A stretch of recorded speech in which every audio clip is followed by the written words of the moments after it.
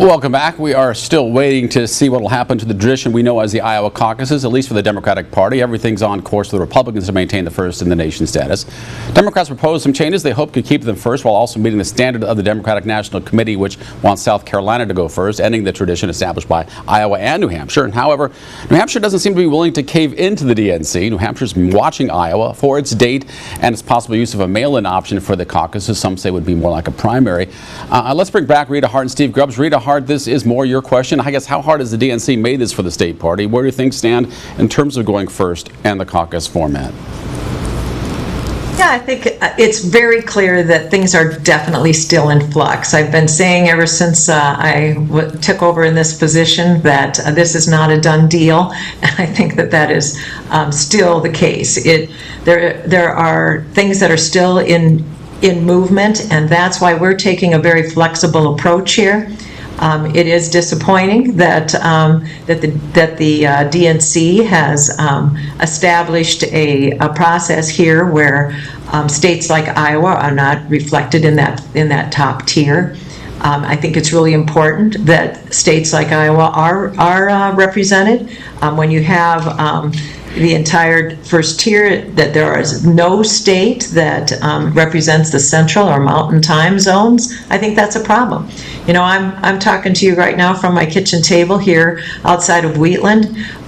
This is a rural area that needs its voice heard, and so that's why, as Democrats, we're keeping our options open. We're trying to be as flexible as possible so that we can't make sure that Iowa's voice is going to be heard in that first tier of states. And Steve, I know this is more a Democratic Party issue, but I know Republicans certainly have a vested interest in hoping to see that the Democrats still go first to have that unity.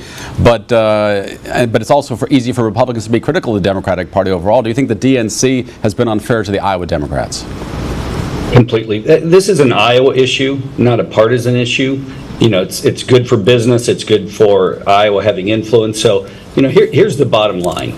Barack Obama probably does not become president without the Iowa caucuses. You know, New Hampshire went fairly strongly for Hillary, and Iowa, you know, there's a lot of criticism about the diversity of the Iowa voter populace, but Iowa elected Barack Obama to the shock of everybody. They thought the Clintons had that thing greased. So A, that's number one. Number two, it's a terrible idea to start anywhere but a small state.